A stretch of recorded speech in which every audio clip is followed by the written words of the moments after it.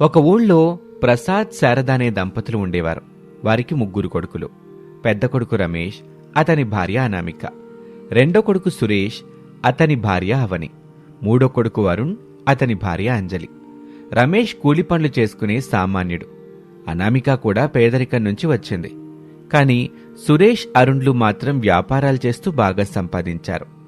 దానికి తగ్గట్టే అవని, అంజలి కూడా చాలా ధనవంతుల ఇళ్ల నుండి వచ్చారు. ఒకే ఇంట్లో ఉంటున్న ఆ ఇల్లు 2 ముక్కలుగా విడిపోయినట్టుండేది. ఓ రోజు ఉదయం 6 గంటల సమయంలో అనామిక అప్పటికే నిద్రలేచి ఇల్లంతా ఊడ్చి, ముగ్గు పెట్టి, స్నానం చేసి వంటింట్లో గిన్నెలు తోముతూ ఉంది. శారదా, ప్రసాద్ హాల్లో కూర్చుని కాఫీ తాగుతున్నారు. అనామిక, పొద్దున్నే లేచి ఆ చన్నీళ్లతో గిన్నెలు తోమకు తల్లి. కాసేపు ఆగి ఏ నీళ్లు పెట్టుకుని పని చేసుకో, నీ ఆరోగ్యం పాడైపోద్ది. పర్లేదత్తయ్య, పనుంటేనే కదా ఆరోగ్యం బాగుంటుంది.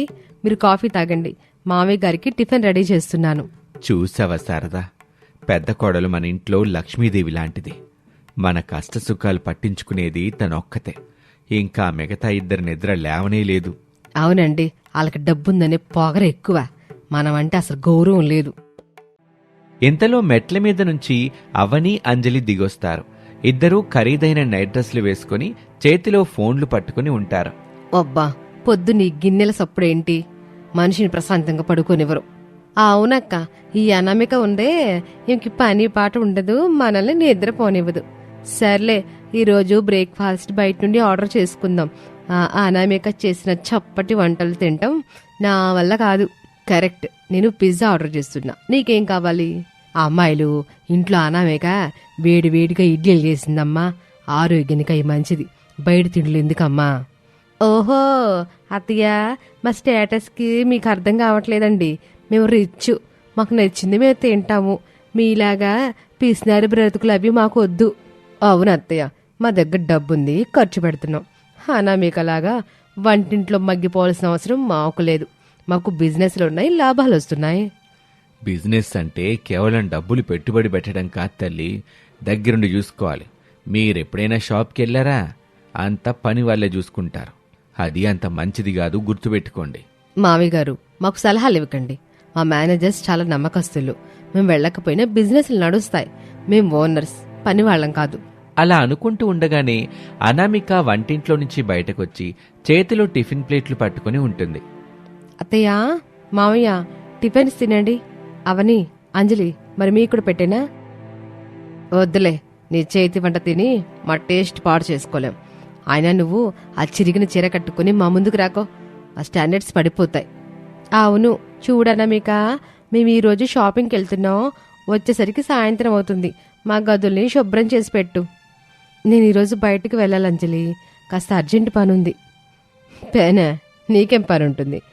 ఎవరో ఒకరి ఇంట్లో అంట్లు తోవడానికా, లేక కూరగాయలు అమ్మడానికా? ఏదైనా పనే కదా అవని, నేను ఖాళీగా ఏం కూర్చోను. నా కష్టార్జితం నాకు ముఖ్యం. నేను ఈ రోజు నుండి ఒక చిన్న టిఫిన్ సెంటర్ పెడుతున్నాను, ఆ రోడ్డు చివర. టిఫిన్ సెంటరా? చీ, మా పరువు తీస్తున్నావు కదా. మా తోడికోడలు రోడ్డు మీద బండి పెట్టి ఇడ్లీలు అమ్ముతుందా అని మా ఫ్రెండ్స్ ఎవరైనా చూస్తే ఏమనుకుంటారు? అలా అనుకుంటూ ఉండగా అప్పుడే అక్కడికి రమేష్ వస్తాడు. అంజలి, నోరు అదుపులో పెట్టుకో. అనామిక కష్టపడి బతుకుతుంది, మీలాగా సోమరిపోతులా కాదు. తన పనిని ఎగతాళి చేసే హక్కు మీకు లేదు. మధ్యలో సురేష్ కల్పించుకొని, అన్నయ్య కూల్, మావిడ చెప్పింది నిజమే కదా. నీ భార్య రోడ్డు మీద బండి పెడితే మా పరువు కూడా పోతుంది కదా. అవునన్నయ్య, కొంచెం ఏదైనా స్టాండర్డ్స్ ఉన్న పని చేసుకోమని చెప్పు. ఒరేయ్, కష్టం చేసుకోవడం తప్పు కాదురా. సోమరిపుత్తుల్లాగా ఉండి ఉన్నదంతా కరిగించటమే తప్పు. అనామిక తీసుకున్న నిర్ణయం మాకు నచ్చింది. అమ్మా అనామిక, నువ్వెళ్ళమ్మా, నీకంతా మంచి జరుగుద్ది. థ్యాంక్స్ మావయ్య, నేను వెళ్తాను. అలా చెప్పి అనామిక తన సామాన్లు తీసుకుని బయటకు వెళ్తుంది. అవని, అంజలి ముఖాలు చిట్లించుకుని తమ గదుల్లోకి వెళ్లిపోతారు. అలా కొన్ని నెలలు గడిచాయి.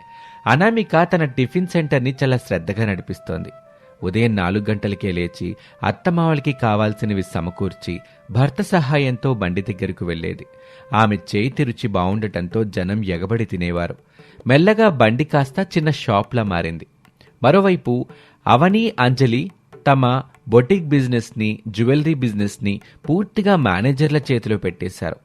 మధ్యాహ్నం 12 గంటలకి లేవటం, బ్యూటీ పార్లర్కు వెళ్లటం, కిట్టి పార్టీలు చేసుకోవటం ఇదే వాళ్ల దినచర్య.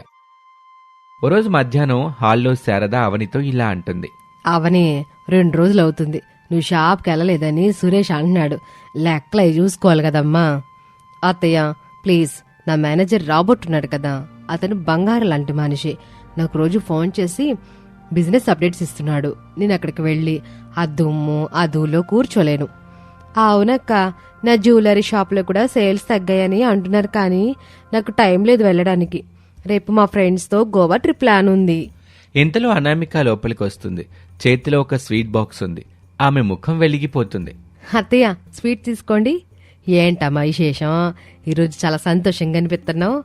అవునత్తయ్య, నా టిఫిన్ సెంటర్కి క్యాటరింగ్ ఆర్డర్స్ వస్తున్నాయి. ఈరోజు ఒక పెద్ద కంపెనీ వాళ్ళు 500 మందికి లంచ్ ఆర్డర్ చేశారు. అడ్వాన్స్ కూడా ఇచ్చారు. ఈ డబ్బుతో నేను ఈ ఇంటికి పెయింటింగ్ వేద్దాం అనుకుంటున్నాను. చాలా సంతోషం అమ్మా, నీ కష్టానికి తగిన ఫలితం దక్కుతుంది. ఓహో, క్యాటరింగా అంటే వంటలక్క పని అన్నమాట. దానికి ఇంత బిల్డప్ అవసరమా? ఈ ఇంటికి పెయింటింగ్ వేయించడానికి నువ్వెంత, నీ స్తోమత ఎంత? ఆ డబ్బులు దాచుకో, రేపెప్పుడైనా కూరగాయలు కొనడానికి పనికి వస్తాయి. అంజలి, అనామిక సంపాదన గురించి తక్కువ చేసి మాట్లాడుకో. తను రూపాయి కష్టపడి సంపాదిస్తుంది. మీలాగా ఉన్న ఆస్తిని కరిగించటం లేదు. అన్నయ్య, నువ్వు మరీ మీ ఆవిని వెనకేసుకురాకు. మా ఆస్తి తరిగేది కాదు, తరిగిపోయేది కాదు. అవునన్నయ్య, మా బిజినెస్ టర్నోవర్ కోట్లలో ఉంటుంది. మీ చిల్లర సంపాదన మాకసలు లెక్కే కాదు. నేనెవరితోనూ పోటీ పడట్లేదు అరుణ్. నా కుటుంబం బాగుండాలంతే, అదే నా కోరిక. ఇలా ఉండగా మరో వారం గడిచిన తర్వాత ఓ రోజు ఉదయం ఇంట్లో పెద్ద గొడవ జరుగుతుంది. సురేష్, అరుణ్ ఇద్దరూ తరలు పట్టుకుని సోఫాలో కూర్చుని ఉన్నారు.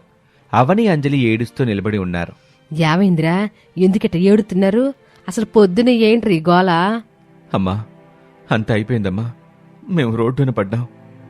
ఏమైందిరా సురేషు, ఏం జరిగిందో క్లియర్గా చెప్పు.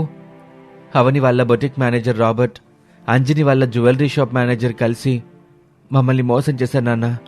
స్టాక్ మొత్తం అమ్మేసి అకౌంట్స్లో ఉన్న డబ్బంతా తీసుకుని పారిపోయారు. నేను నమ్మలేకపోతున్నాను. అతను చాలా మంచివాడు అనుకున్నాను. నా సంతకాలన్నీ ఫోర్జరీ చేసి లోన్లు కూడా తీసుకున్నాడట. ఇప్పుడు బ్యాంక్ వాళ్ళు నోటీసులు పంపించారు. నా షాప్లో బంగారం అంతా నకిలీది పెట్టి అసలు బంగారం ఎత్తుకెళ్ళిపోయాడు. కస్టమర్స్ అందరూ కేసులు పెడుతున్నారు. ఇప్పుడు ఆ అప్పులు కట్టాలంటే మన ఆస్తులు అమ్మేయాలి. నేను ముందే చెప్పాను కదా తమ్ముడు, వ్యాపారం అంటే నమ్మకం మీద కాదు, నిఘా మీద నడుస్తుందని. వీళ్ళెప్పుడు షాప్కి వెళ్లకుండా అంతా పని వాళ్ళకి వదిలేస్తే ఇదిగో ఇలాగే ఉంటుంది. ఇప్పుడు మా తప్పుని ఎత్తి చూపిస్తున్నారా మీరు? అవును, మేము వెళ్ళలేదు, కానీ ఇలా జరుగుతుందని మాకెలా తెలుస్తుంది? తెలుసుకోవాలవని. మనం తినే అన్నం దగ్గర నుండి వేసుకునే బట్టల వరకు ఏది ఊరుకునే రాదు. కష్టపడకుండా వచ్చేది ఏది నిలబడదు. మీరు మీ హోదా చూసుకుని విర్రవీగారు తప్ప బాధ్యత ఏమైనా తెలుసుకున్నారా? ఇప్పుడు లెక్చర్లు ఆపండి ప్లీజ్. మా పరిస్థితి ఏమీ బాగాలేదు. సురేష్, అరుణ్, ఇప్పుడు ఏం చేద్దాం? బ్యాంక్ వాళ్ళు ఇల్లు సీజ్ చేస్తామంటున్నారు. మన అకౌంట్స్ అన్నీ ఖాళీ అయ్యాయి. చేతిలో చిల్లి కవ్వలేదు. ఇప్పుడు మనం ఈ ఇల్లు ఖాళీ చేసి వెళ్ళాలనుకుంటా. ఈ వయసులో మేము ఎక్కడికి వెళ్ళాలరా? ఉన్న ఇల్లు కూడా పోతే ఎట్టాగు? అలా ఆ సమయంలో అవని, అంజలి బిక్కమొహాలేసుకొని నిల్చున్నారు. వారి పొగరు, అహంకారం ఒక్కసారిగా నీరుగారిపోయాయి. అప్పుడే అనామిక లోపలికి వెళ్లి ఒక బ్యాగ్ తీసుకొని వస్తుంది. మావయ్య, ఇవి చూడండి. అలా చెప్పగానే ప్రసాద్ బ్యాగ్ తెరిచి చూస్తాడు. అందులో కట్టల కొద్దీ డబ్బుంటుంది. ఏంటమ్మా ఇది? ఎంత డబ్బెక్కడిది?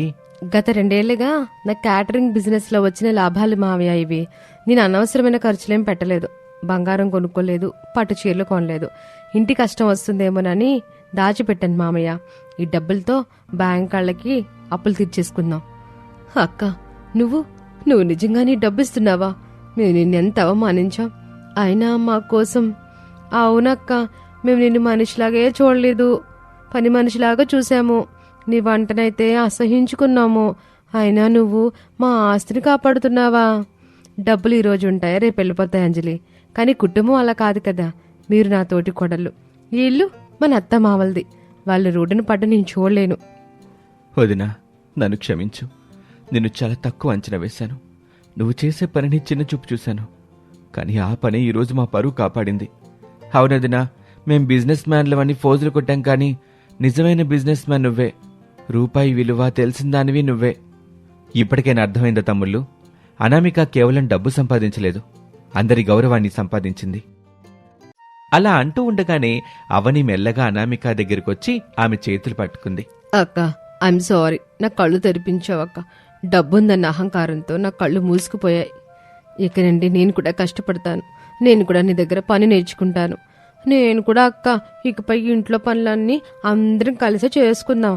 బయట కూడా ఏదైనా పని చేసి మా కాళ్ళ మీద మేము నిలబడతాము. అత్తయ్య, మావయ్య, మమ్మల్ని క్షమించండి. ఇది చాలు తల్లి, మీరు మారారు. అజ్జాలమ్మ అనామేక పుణ్యమా అని నా ఇల్లు నాకు నిలబడింది. మన కుటుంబం కూడా కలిసిపోయింది. సరే సరే, ఇక ఏడడం ఆపండి. మధ్యాహ్నం అయింది, అందరికీ ఆకలేస్తూ ఉంటాయి. ఈరోజు నేను స్పెషల్ వంటలు చేస్తాను, కానీ మీరిద్దరు నాకు సహాయం చేయాలి. మరి వస్తారా?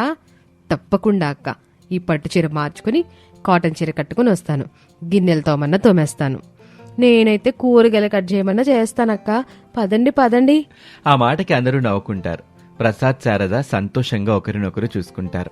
ఆ తర్వాత రోజు నుండి ఆ ఇంట్లో వాతావరణం పూర్తిగా మారిపోయింది. అనామిక తన క్యాటరింగ్ బిజినెస్ ని ఇంకా పెద్ద చేసింది. దానికి అనామిక ఫుడ్స్ అని పేరు పెట్టింది. అవని, అంజలి ఆ బిజినెస్ లో పార్ట్నర్స్ గా చేరారు. అవని అకౌంట్స్ చూస్తుంటే అంజలి మార్కెటింగ్ చూసుకునేది. అనామిక వంటల బాధ్యత తీసుకుంది. ఆ ఇంట్లో పేదరికం, ధనవంతులు అనే తేడా పోయింది. కేవలం ప్రేమ, ఆప్యాయత మాత్రమే మిగిలాయి.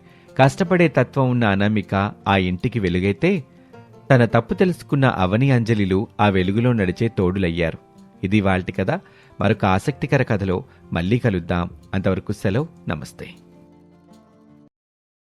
ఒక ఊళ్ళో ఈ ముగ్గురు కోడళ్ళకి ఒకరిని మించి ఒకరికి సోమరితనం, అంతకు మించి విచ్చలివిడిగా నీటిని వృధా చేసే అలవాటు ఉంది. ఆ సంవత్సరం వేసవికాలం తీవ్రంగా ఉంది.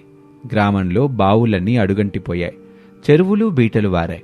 కాని ప్రసాద్ ఇంట్లో బోరుబావి ఉండటంతో నీటికి కొరత లేదని కోడళ్లు భావించి భయం లేకుండా ఉండేవారు. ఓ రోజు ఉదయం సమయంలో సూర్యుడు అప్పుడే నిప్పులు చెరుగుతున్నాడు. అనామిక పైప్ పట్టుకుని వాకులు తడుపుతోంది. అప్పుడే అక్కడికి అవని, అంజలి ముస్తాబై వచ్చారు. అబ్బబ్బబ్బా, ఈ ఎండొకటి. పొద్దున్నే 8 గంటలకే సెగలు పుడుతున్నాయి. ఎంత నీళ్లు చల్లినా వేడి తగ్గడం లేదు. చూసారా, రోడ్డు మీద పోస్తుంటే చుర్రుమని శబ్దం వస్తుంది. అవునక్క, గాలి కూడా వేడిగా వస్తుంది. ఇప్పుడు మనం జాగ్రత్త పడకపోతే మధ్యాహ్నానికి ఇల్లు నిప్పులు కొలిమిలా మారిపోతుంది.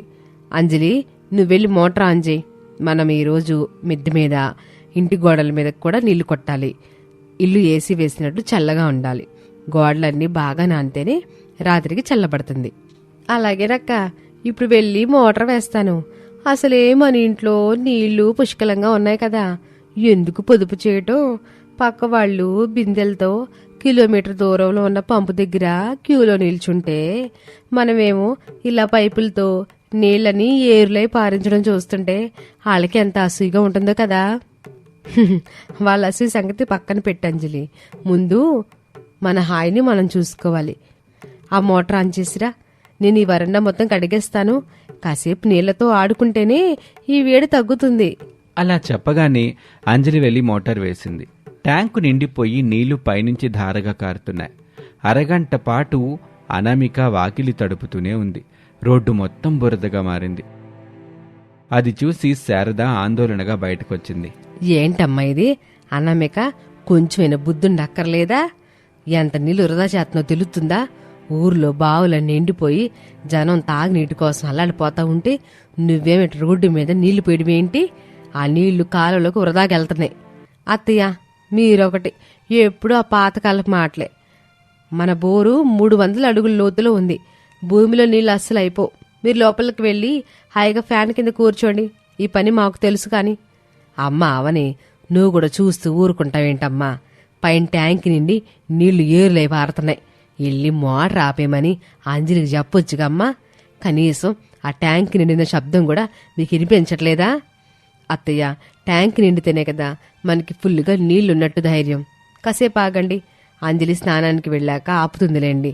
మీరు ఊరికే ప్రతి చిన్న విషయానికి టెన్షన్ పడిపోయి మమ్మల్ని భయపెట్టకండి. మాకంతా తెలుసు కదా.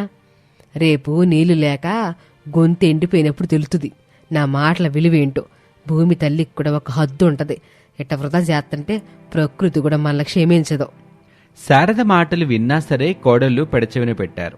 మరుసటి రోజు ఉదయం ముగ్గురు కోడళ్లు బట్టలు ఉతకటానికి కూర్చున్నారు. ట్యాప్ ఆన్ చేసి వదిలేశారు.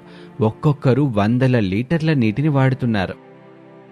అప్పుడే ప్రసాద్ తన కొడుకులతో అక్కడికొచ్చాడు. ఒరేయ్ రమేషు, ఏంట్రా ఈ అన్యాయం? మీ భార్యలు నీటిని గంగానదిలా ప్రవహింపజేస్తున్నారు. ఇంటి చుట్టూ బురద చేస్తున్నారు తప్ప పొదుపు చేయటంలా. మీరైనా చెప్పాలిగా. రేపు తాగడానికి చుక్క నీరు లేకపోతే ఏం చేస్తారు? నాన్న, ఎండలు ఎక్కువగా ఉన్నాయిగా, వాళ్ళు ఇల్లు శుభ్రంగా ఉండాలని చేస్తున్నారులేండి, వదిలేయండి, వాళ్ళని తిట్టకండి, వాళ్ళు కష్టపడుతున్నారుగా. అవునాన్నా, ఈ ఎండకు నీళ్ళు ఎక్కువ వాడితేనే మనసుకు హాయిగా ఉంటుంది. మా పెళ్ళాలు బట్టలు ఉతుకుతున్నారు, ఇల్లు తుడుస్తున్నారు, నీళ్లు వాడితే తప్పేంటి? మన సొంత బోరే కదా. అయినా మనకి మోటార్ ఉంది కదా నాన్న, బటన్ నొక్కితే చాలు నీళ్లు గలగలా వచ్చేస్తాయి. మీరెందుకు నాన్న ఊరికే పాత ముచ్చట్లు చెప్తూ మమ్మల్ని భయపడుతున్నారు? ఈ కాలంలో నీటి కొరత ఏంటి? మీకిప్పుడు చెప్తే అర్థం కాదురా. నీళ్లు లేని రోజున నా మాటలు గుర్తొస్తాయి మీకు. ఆ రోజైతే మరీ దూరంలో లేదులే. ప్రకృతిని గౌరవించిన వాళ్ళకి శిక్ష తప్పదులే. అలా అనుకుంటూ రోజులు గడుపుతూ ఉంటారు. ముగ్గురు కోడళ్ళు తమ పద్ధతి మార్చుకోలేదు. స్నానానికి షవర్ కింద గంటల తరబడి నిలబడ్డం, గిన్నెలు తోమేటప్పుడు ట్యాప్ అలాగే వదిలేయటం వారి నిత్యకృత్యం అయిపోయింది. కొన్ని రోజుల తర్వాత ఒకరోజు ఉదయం అనామిక నిద్రలేచి మొహం గడుక్కుందామని ట్యాప్ తిప్పింది. కాని చుక్క నీరు కూడా రాలేదు. ఏంటి నీళ్ళు రావట్లేదు? అంజలి, ఓ అంజలి, మోటార్ వేసావా లేదా? 8 గంటలు అవుతుంది కదా, ట్యాంక్ ఖాళీగా ఉందేంటి? వేసానక్క, అరగంట నుంచి మోటార్ తిరుగుతూనే ఉంది. కానీ సౌండ్ ఏంటో వింతగా గీయని వస్తోంది. ట్యాంక్లోకి చుక్క నీరు కూడా రావట్లేదు. పైపులు ఊగుతున్నాయి గాని నీళ్లు మాత్రం రావట్లేదు. ఏవై ఉంటది? బహుశా పైపులో ఇసుక ఏమైనా అడ్డుపడిందేమో, లేకపోతే మోటార్ అని కాలిపోయిందా? ఇలా అయితే మనం వంట ఎలా చేయాలి? గిన్నెలు కూడా ఉన్నాయి. అలా అనుకుంటూ ముగ్గురు కోడళ్ళు కంగారుగా మోటార్ దగ్గరకు వెళ్లారు. అక్కడ మోటార్ వేడికి కాలిపోతున్నట్టుగా ఉంది. అంతలో శారదా ప్రసాద్ కూడా అక్కడికి వచ్చారు. మోటార్కేం కాలేదమ్మా, భూమి లోపల నీళ్ళే అయిపోయినాయి. నేను ముందు నుంచి చెప్తూనే ఉన్నానుగా, మీరు విచ్చలవిడిగా వాడటం వల్ల భూగర్భ జలాలు అడుగంటిపోయినాయి. మన బోరు 300 అడుగుల లోతుంటే ఇప్పుడు నీటి మట్టం 500 అడుగుల కిందకు పడిపోయింది. ఇప్పుడు మన బోరులో నీళ్లు లేవమ్మా. అయ్యో మావయ్య, మరి ఇప్పుడు ఎలా? వంటగదిలో గిన్నెలు అలాగే ఉన్నాయి. నేను ఇంకా స్నానం కూడా చేయలేదు. తలంటూ పోసుకోవాలనుకున్నాను. అవును మావయ్య, నాకు కూడా చాలా దాహంగా ఉంది. గొంతు ఎండుకుపోతుంది. ఫ్రిడ్జ్లో ఉన్న వాటర్ బాటిల్స్ కూడా రాత్రి అంజలి తాగేసి ఖాళీ చేసేసింది. ఒక్క చుక్క కూడా తాగే నీళ్లు లేవు ఇంట్లో. ఇప్పుడు తెలిసిందా నీటి విలువ? ఊర్లో అందరూ తెల్లారుజామునే 3 గంటలకు లేచి కిలోమీటర్ దూరంలో ఉన్న పంపు దగ్గర ఎండలో నిలబడుతున్నారు. మీరు మాత్రం మహారాణులాగా ఇంట్లోనే నీళ్ళని వృధా చేశారు. నీళ్లు పుష్కలంగా ఉన్నప్పుడు వాటి విలువ తెలియదు, లేనప్పుడు గాని ప్రాణం పోదు. ఇప్పుడు మీరే బిందులు పట్టుకోండి. అత్తయ్య, నిజంగానే మన బోర్లో నీళ్లు రావా? ఇప్పుడు మేము ఆ పంపు దగ్గరికి వెళ్ళి నీళ్లు తెచ్చుకోవాలా? కిలోమీటర్ దూరం నడవాలి. నా వల్ల కాదత్తయ్య. తప్పదమ్మా, మరి మీ ముగ్గురు మొగుళ్ళను కూడా తోడు తీసుకెళ్ళండి. ఈ రోజు నుంచి ఒక్కో చుక్క నీరు సంపాదించటం ఎంత కష్టమో మీకు అర్థమవ్వాలిగా. మీ ముగ్గురి వల్లే మనకి పరిస్థితి వచ్చింది. రమేషు, సురేషు, అరుణు, బిందులు పట్టండి మీరు కూడా. ఇకప్పుడు గత్యంతరం లేక ముగ్గురు కోడళ్ళు కొడుకులు బిందులు పట్టుకుని ఊరి చివరున్న పంపు దగ్గరకు వెళ్లారు. అప్పుడే అక్కడికి వందలాది మంది క్యూలో ఉన్నారు. ఎండ నిప్పులు గురుస్తుంది. అబ్బాబ్బా, ఎండ తల పగిలిపోతుంది. ఎంతసేపు పట్టేలా ఉంది. నా కాళ్ళు నొప్పులు పుడుతున్నాయి. ఒక్క బిందె కోసం ఇంతమంది. అసలు ఈ పంపులో నీళ్లు ఎప్పుడు వస్తాయి? చూసావా నమ్మికక్క, రోజు మన ఇంట్లో ట్యాప్ తిప్పగానే అసలు ఆపకుండానే వాడేవాళ్ళం. అప్పుడు మనకి కష్టం తెలియలేదు. ఇప్పుడు ఒక్క బిందె నీళ్ల కోసం గంటలు గంటలు ఈ ఎండలో నిలబడాల్సి వస్తుంది. మనం ఎంత తప్పు చేశాం. ఆ రోజు అత్తే మాట విని ఉంటే ఈ పరిస్థితి వచ్చేది కాదు. అవునక్క, మనం చేసిన పాపమే మనల్ని ఈ స్థితికి తెచ్చింది. మోటార్ ఆన్ చేసి వదిలేసినప్పుడు, పైపుతో రోడ్డు మీద నీళ్లు కొట్టినప్పుడు చాలా గర్వంగా అనిపించింది. ఇప్పుడు తాగడానికి నీళ్లు లేక గొంతు ఎండిపోతుంది. పక్కన వాళ్ళు మనల్ని చూసి ఎగతాళి చేస్తున్నారు. అలా అనుకుంటూ గంటల తరబడి వేచి చూసిన తర్వాత ఎలాగోలా ముగ్గురు 2 బిందెలు నీళ్లు పట్టుకుని ఇంటికొచ్చారు. ఆ నీళ్లు చూస్తుంటే వాళ్లకు అమృతంలా అనిపించింది. చూశారా, ఈ 2 బిందెల నీళ్లతోనే మనం ఈరోజు గడపాలి, వంట చెయ్యాలి, తాగాలి, స్నానాలకు నీళ్లు. ఒక్క చుక్క కూడా వృధా చేయబాకండి. బట్టలు ఉతకడం లాంటి పనులు అసలు చేయబాకండి. అత్తయ్య, ఒక్కరోజు స్నానం చేయకపోతే ఎలా? ఒళ్ళంతా చెమటతో జిడ్డుగా ఉంటుంది. చాలా అసహ్యంగా ఉంది అత్తయ్య.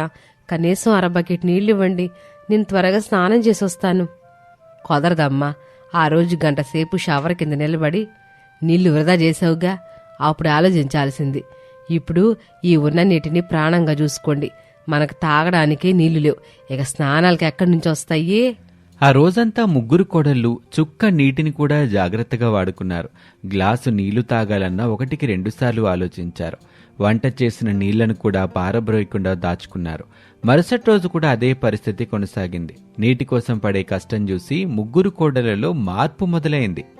మావయ్య, మమ్మల్ని క్షమించండి. నీరు లేకపోతే మనిషి జీవించలేడని మాకిప్పుడే అర్థమైంది. మేం చేసిన తప్పుకి మాకు సరైన శిక్ష పడింది. నీరు ప్రకృతి ఇచ్చిన వరం, ఎంత గొప్ప ఆస్తో ఇప్పుడు తెలిసింది. అవును మావయ్య, ఇక నుంచి మేము నీటిని అస్సలు వృధా చెయ్యం. ఆ రోజు పైపుతో చల్లిన నీళ్లుంటే ఈరోజు మేము హాయిగా ఉండేవాళ్ళం. నీటిని గౌరవించడం నేర్చుకున్నాం మావయ్య. మమ్మల్ని మన్నించండి. అత్తయ్య, మాకు బుద్ధొచ్చింది.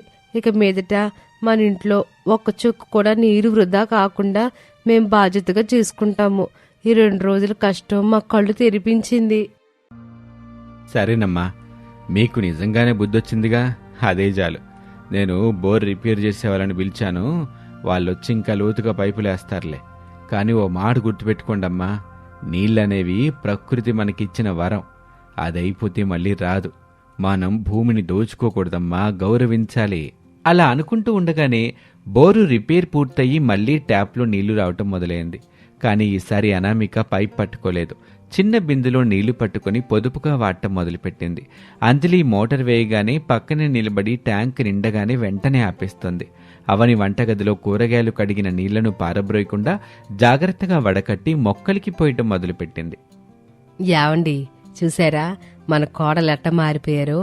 ఇప్పుడు ఒక్క నీటి చెక్కును కూడా వృధా చేయట్లేదు. ఇల్లు మొత్తం ఎంత పొదుపుగా ఉందో చూడండి. అవును శారదా, కష్టం వస్తేనే గాని మనిషికి విలువ తెలియదంటారు.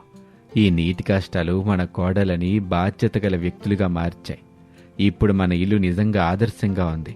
అందరూ ఇలాగే నీటిని పొదుపు చేస్తే ఎవ్వరికీ కష్టాలు రావు. అలా ముగ్గురు కొడుకులు కూడా తమ భార్యల మార్పుని చూసి సంతోషించారు. అప్పట్నుంచి ఆ ఇంట్లో నీటి వృధా అనే మాట వినిపించలేదు. ఆ ఊళ్ళో అందరూ ఆ ఇంటిని చూసి నీటిని ఎలా పొదుపు చేయాలో నేర్చుకున్నారు. అందరూ కలిసిమెలిసి సంతోషంగా జీవించారు. ఇది వాళ్ళ కథ. మరొక ఆసక్తికర కథలో మళ్ళీ కలుద్దాం. నమస్తే.